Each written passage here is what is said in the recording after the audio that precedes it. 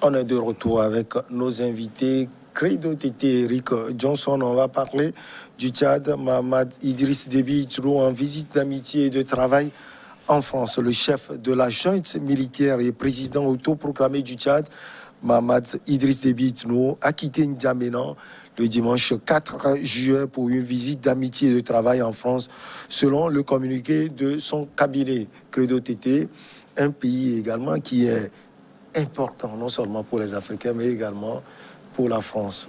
Le nouveau président très important pour la France aujourd'hui, parce qu'on a vu lors du décès et puis des obsèques du général ou bien du maréchal Idriss Déby Père, donc on a vu comment la France, par le biais de son président, a affiché une certaine dose de tristesse. Et on a vu également, on a constaté le déplacement du chef de l'État français en N'Djamena pour assister à ces obsèques.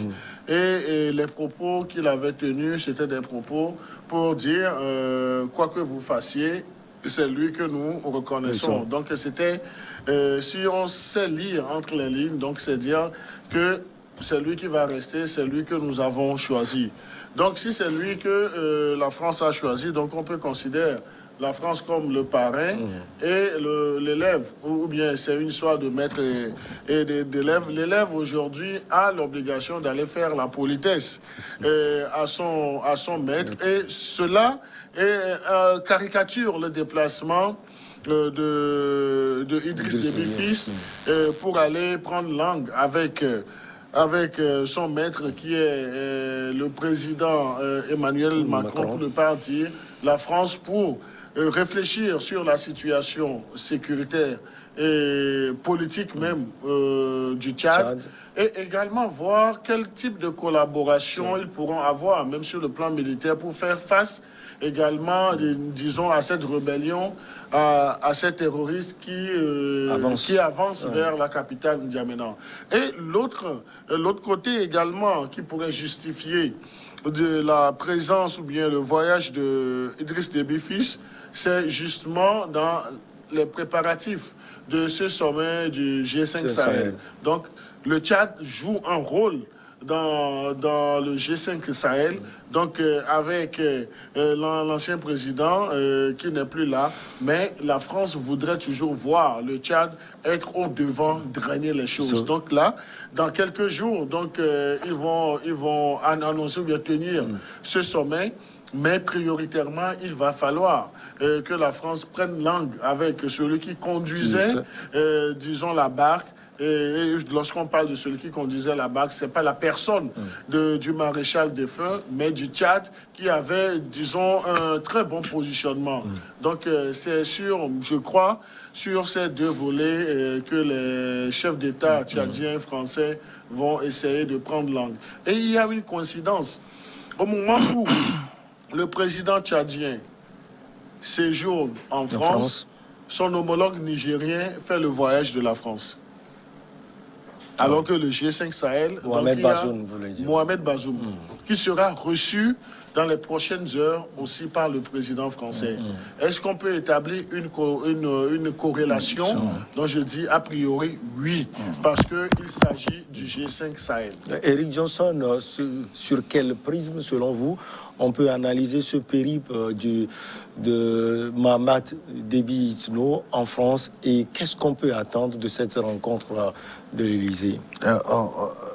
Ce qu'on peut attendre, tout le monde attend le communiqué de l'Élysée. Vous savez, il a été reçu déjà ce matin et à huis clos. La presse n'a pas été invitée à l'Élysée.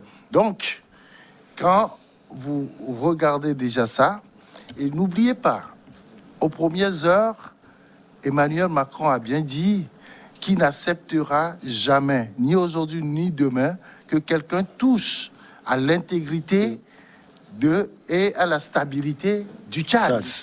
Ce que Credo disait, que c'est un pays très important pour la France aujourd'hui, dans le concert surtout sécuritaire de l'Afrique. Très important. La deuxième chose, vous savez, il a été en quelque sorte adoubé par le président français ou par l'État français pendant qu'il prêtait serment. Vous comprenez que ce président, aujourd'hui, mais toutefois, n'oublions pas que Emmanuel Macron a dit après qu'il est vraiment démocrate et qu'il souhaiterait que la transition au Tchad ne dépasse pas les 18 mois. Alors, aujourd'hui, il reçoit ce président à huis clos. On attend le communiqué pour en savoir plus. Mais nous, tout ce que nous pourrons dire aujourd'hui, peut-être ce sont des spéculations que nous faisons, mais quand on prend les relations entre le Tchad et la France, on peut tirer certaines choses. Comme par exemple, cette transition de 18 mois, est-ce que réellement ça va tenir? Est-ce que le jeune colonel, pardon, le jeune colonel va respecter sa parole? C'est un général, hein? Ah, il est général déjà. Oui, il est général, oui. Il Ok. est général avant même le décès De son père. Ah, ok.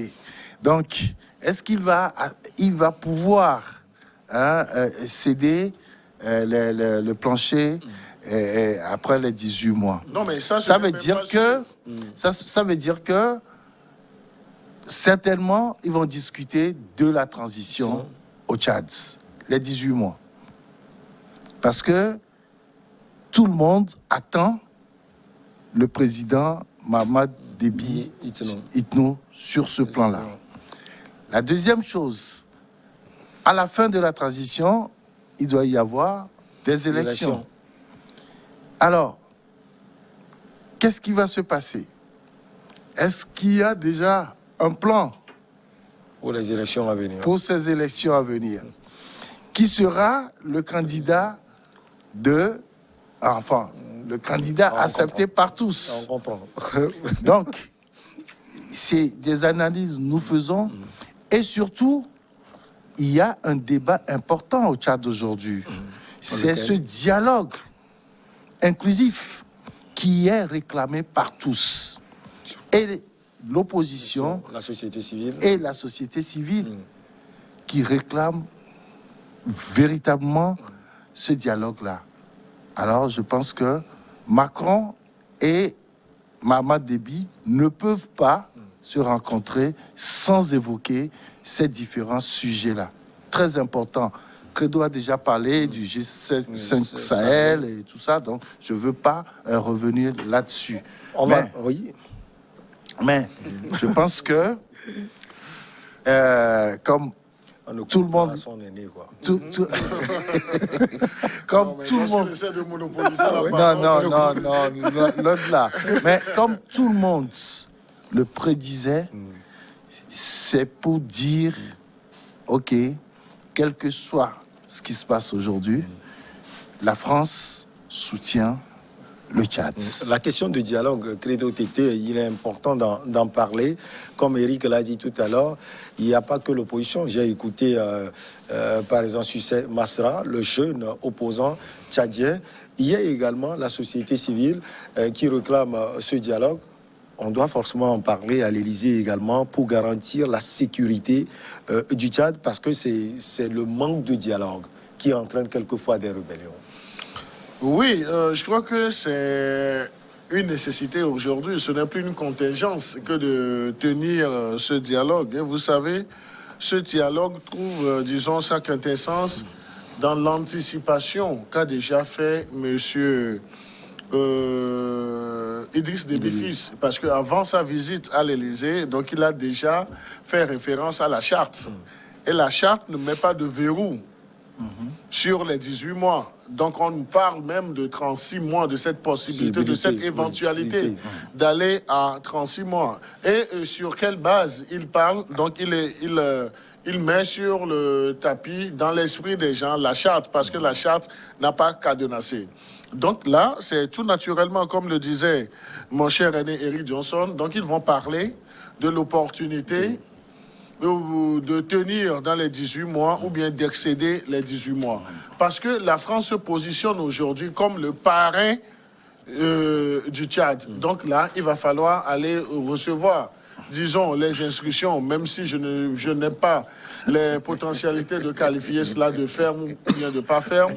Mais la France a un mot à jouer. Et dans la matérialisation même de ce dialogue, la France doit user de sa diplomatie pour inviter les acteurs politiques et ceux de la société civile à véritablement donner vie à ce cadre de dialogue. Maintenant, une chose est de donner vie au cadre de dialogue, une chose est de retenir les sujets essentiels qui pourront pacifier le Tchad politique. Donc, monsieur Idriss Déby Fils est parti en France pour chercher du soutien, pour aller dire à son maître, vous m'avez donné une classe à gérer, donc j'ai besoin d'assez d'outils pour gérer cela. Donc j'ai besoin de votre implication pour matérialiser un certain nombre de choses. Il nous en souvient également qu'avant la visite de monsieur du président actuel, donc il a, sur la question de la tenue des élections, donc il a dit qu'ils auront besoin de soutien extérieur. Donc c'est pour dire que les caisses de l'État ne pourront pas disons, prendre en charge l'organisation des futures élections présidentielles. Il faut dire, les caisses de l'État sont vides. Non, mais nous, on ne peut pas le dire. C'est eux qui l'ont dit déjà. Les caisses de l'État seraient vides. Oui, les caisses de l'État seraient vides. Parce qu'il faut nuancer. Est-ce que c'est réellement vide? Un pur journaliste. Non, est-ce que c'est réellement vide? Ou bien c'est une intention pour soutenir le fait qu'on voudrait que la transition passe de 18 à 36. Et là également, il sera question pour les deux chefs d'État de questionner même le mandat. Le mandat de cette transition. Quel est le cahier de charge de cette transition? Donc ils vont essayer, là où ils n'ont pas prospéré, donc je crois qu'ils vont essayer de reformuler. Comme on le fait, on reformule le sujet et puis on en débat. Comme il faut voir, en une minute, on passe au Togo. Il faut voir, dans ces pays-là aujourd'hui, tout ce que l'on met en avant, c'est la sécurité. Et donc, qui parle de sécurité, parle de beaucoup de moyens. C'est pour ça, déjà, ils ont dit que nous n'avons pas assez de moyens pour faire face à la sécurité. Nous n'aurons pas assez de moyens pour organiser des élections. Déjà, il faut aller chercher les moyens. Et donc, Credo parlait de parrain. Oui, le parrainage doit se situer à tous les niveaux. Le Tchad produit beaucoup de choses, mais le Tchad ne bénéficie pas en réalité de tout ça. Et donc aujourd'hui, le Tchad est dans une situation de précarité et il faut véritablement trouver des moyens pour même ce dialogue. Vous allez entendre dire que bon, le dialogue, on ne peut pas le tenir dans le temps parce que nous manquons de moyens, alors que vous êtes un pays, un État souverain. C'est pas quelqu'un qui doit vous donner les moyens pour organiser un dialogue national qui est censé réunir tous les fils de ce pays-là pour pouvoir résoudre un problème national. Allez, on passe au Togo. Les premières conclusions de la CNAP entendues sous peu. Voilà, c'est un cadre de concertation entre acteurs politiques togolais. Et ce cadre a été ouvert pour pouvoir permettre, ou pouvoir donner l'opportunité à ces politiques togolais de pouvoir discuter. Ma première question est surtout à Credo Tété. Est-ce qu'on peut dire qu'il y a eu réellement une concertation entre acteurs politiques au Togo? Non, mais là, vous m'amenez à définir ce qu'est la concertation, le cadre de concertation. Ouais. La concertation naît d'un besoin. Donc, les gens ont exprimé, ou bien les acteurs politiques ont exprimé le besoin de discuter d'un certain nombre de sujets ayant trait à la vie politique et à la conduite même des affaires de la cité sur le plan politique, avec un focus sur l'organisation des élections. Le cadre de concertation a été acté. le cadre national de concertation des acteurs politiques, ça a évolué. Donc des acteurs politiques ont participé, d'autres ont exprimé, disons, leur volonté de ne pas participer aux travaux. Donc ça, c'est de leur droit. Également, de continuer par faire la politique de la chaise vide qui ne paie pas dans toutes les situations. Est-ce que ce n'est pas un échec pour le cadre de concertation même? Pour le cadre de concertation même, pas pour l'opposition ou le parti au pouvoir. Un échec que certaines formations politiques aient choisi de ne pas y participer. Oui, il faut arriver peut-être à les convaincre de participer, Credo. Non, mais les convaincre de participer. Donc le cadre est créé. Donc les sujets ne sont pas discutés en dehors de ce cadre. Les sujets sont discutés dans ce cadre. Et les gens ont affiché, disons, leur volonté de ne pas y participer. Donc, c'est un choix politique. C'est un choix politique. Donc, qu'ils vont assumer plus tard parce que le cadre de concertation a eu lieu. Et les acteurs politiques, non des moindres, y ont siégé et ont fait des délibérations. Même s'ils n'étaient pas parvenus à des points d'accord sur tous les sujets, au moins, ils ont débattu pendant de longs mois de comment les choses politiques doivent désormais être faites. Donc, ça, c'est un fait. Donc, dire que le cadre de concertation n'a pas été inclusif, non. Je dis parce que la main a été tendue, l'opportunité a été donnée à tous les acteurs politiques de se retrouver. Lorsque vous choisissez de faire la politique de la chaise vide, vous assumez et puis vous subissez les conséquences. Donc, là, une chose est de rester en dehors de ce cadre, de vociférer sur les médias ou bien sur les réseaux sociaux. Ça également, c'est un droit et c'est un choix. Au-delà du droit, c'est un choix politique que de gongonner sans réellement impacter le terrain politique. Et le terrain politique, c'est là où les décisions sont pensées et sont prises. Maintenant, par rapport à la thématique, et les premières conclusions sont attendues. Non, mais moi je dis, lorsque on a vu qu'il y a un parti qui avait ouvertement dans une lettre dit nous sortons de ce cadre. Et c'est le CAR, le comité d'action pour le renouveau. Non seulement le CAR est sorti parce que le CAR aussi avait eu des points d'achoppement. Le CAR avait une appréciation d'une situation qui n'a pas été partagée. La DMK peut-être. La DMK aussi est sortie, mais moi je voudrais parler de l'ANC. De l'ANC. De l'ANC parce que nous tous, nous avons pris connaissance de la lettre qui a été envoyée au ministre de l'administration territoriale. Mais quelques heures après, pour ne pas parler de jour, donc c'est comme si l'ANC a ravalé sa salive et a fait des précisions. Et des précisions qui étaient arrivées parce que Dame Brigitte Adjamagbo Johnson de la DMK s'était très tôt réjoui du départ, ou bien du semblant de départ de l'ANC de ce cadre de concertation. Parce que, ayant fait le choix au niveau de la DMK de ne pas participer, on cherchait des alliés. L'opportunité que quelqu'un sorte, qu'on dise que ce n'est pas nous seuls, donc lui aussi, il pensait comme nous. Et vous avez vu la réaction de Mme Adjamagbo Johnson, qui a été rappelée à l'ordre par le chargé de communication de l'ANC, M. Éric Dupuis, qui a dit de cette dame qu'en tant qu'actrice politique, elle ne prend pas le temps de mieux apprécier les gens, de lire entre les lignes, de savoir écouter les gens, mais sous le sceau de l'agitation politique, on pond des idées qui ne prospèrent pas. Et c'est dans cette dynamique encore, Michel, qu'on a vu l'ANC tenir une conférence de presse.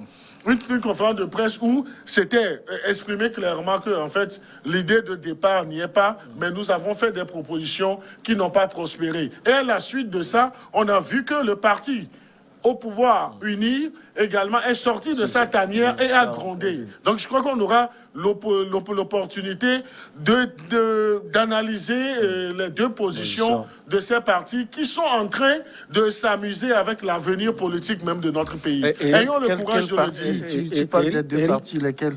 Non, mais moi, je voudrais parler de l'ANC et puis du parti UNIR aussi. Le parti UNIR aussi, on peut leur reprocher un tas de choses. Donc, ce n'est pas un parti blanc plus que neige. Donc, c'est un parti également.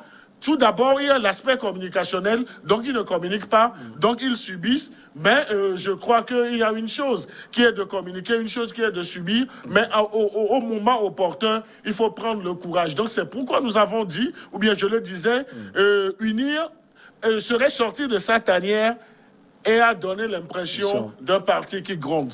Eric Johnson, les gens disent que le cadre est troué avec ses sorties. Credo l'a dit tout à l'heure. La DMK et le CAR, avaient-ils raison finalement de boycotter ce cadre? Non. Non, clairement, je dis non, parce que pour moi, cette politique de la chaise vide, comme Credo l'a dit, très franchement, elle est nuisible à tout le monde.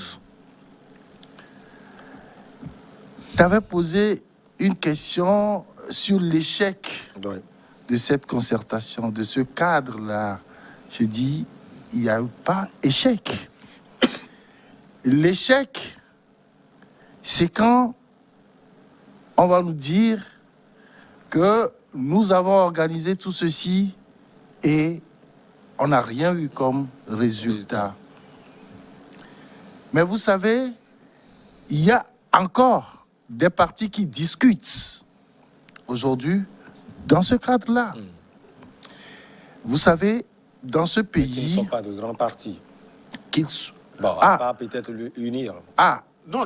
Je voudrais que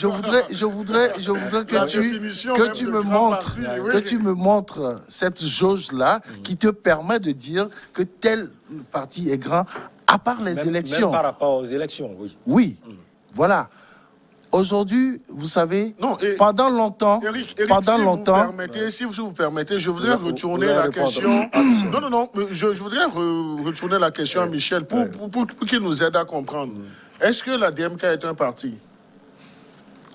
Bon, moi, je suis journaliste. On a dit. Non, nous tous, nous sommes journalistes. Mais est-ce que la DMK est un parti? Bon, en tout cas, c'est un regroupement. C'est un regroupement. Merci circonstanciel, faut l'ajouter. Circonstanciel. Mais qui vit toujours. Qui vit toujours. Oui, qui vit sur les réseaux sociaux. Je voudrais dire, quand nous relisons l'histoire de ce pays, personnellement, j'ai comme l'impression que tous ces gens-là sont complices de quelque chose. Au moment où vous devrez discuter des questions qui tiennent à cœur au peuple, c'est en ce moment que vous vous retirez. Pour quelle raison? Je dis, si je viens, j'accepte de discuter avec des gens, c'est qu'il faut que j'arrive à les convaincre par rapport à mes idées. Si je ne suis pas capable, depuis 90 jusqu'à aujourd'hui, on a eu des cadres de discussion. Si à chaque fois, rien ne prospérait... Il y a eu toujours échec, il faut le dire, même s'il y a quelque chose toujours à tirer de justement, c'est là où je voudrais en venir. Il n'y a jamais eu échec. Si les gens vont jusqu'au bout, et à la fin, n'oubliez pas, je peux vous faire une petite histoire par rapport aux 22 engagements. Vous pensez que les discussions antérieures aux 22 engagements sont des échecs? Non. Je pense que c'est plutôt ces rencontres, ces dialogues, ces discussions, ces concertations qui ont permis d'aller signer les 22 engagements au Parlement européen. Et en son temps, on a eu l'opportunité d'assister à cela, mais il y avait des Togolais qui étaient venus manifester pour dire non à ce régime, etc. Personnellement, j'ai eu à discuter avec des gens, je leur ai dit, vous pensez que Edem Kodjo, il va prendre personnellement cet engagement-là au nom de ce pays parce qu'il ne sait pas où il va? Mais après, les gens ont compris que c'était important d'aller prendre ces engagements pour faire avancer le pays. Je continue par croire que tous ces gens-là qui sortent de ce dialogue-là, de cette concertation, de ce cadre-là, vont pouvoir revenir, poser des problèmes réels sur lesquels ils vont tous ensemble discuter pour trouver ne serait-ce que le minimum de consensus. Parce que nous parlons aujourd'hui du cadre général des élections.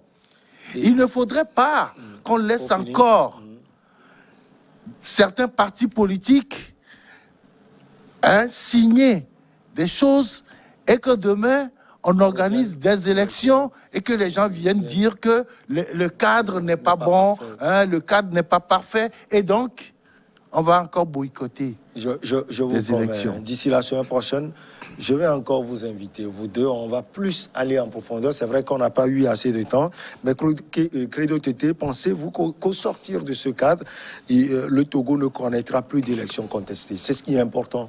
Non, mais je crois que la contestation, c'est inné chez certains acteurs politiques. Donc, c'est dans leur gène et chromosome. Et je crois que c'est l'expression d'une occupation du territoire politique, du maillage du territoire. Et ils essaient d'aller dans les contestations perpétuelles pour cacher leur tard. Parce que le travail se fait sur le terrain. Et vous avez vu que depuis quelques jours, il y a l'ANC qui a eu 4% à la dernière présidentielle, qui est retourné sur le terrain. Parce qu'ils ont compris qu'il faut investir le terrain politique pour essayer de faire prospérer ces idées. Donc les contestations à l'issue des élections, je crois que cela participe aussi à l'animation du jeu politique. Même question à vous, Eric Johnson. Vous espérez qu'au sortir de ces cadres, il n'y aura plus d'élections contestées au Togo? Les élections contestées. En une minute. Même dans les grandes démocraties, les élections sont contestées. Maintenant, il faut un cadre où les gens ne parleront plus de fichiers électoraux, traficotés, où les gens ne parleront plus d'urnes transportées de maison en maison, etc.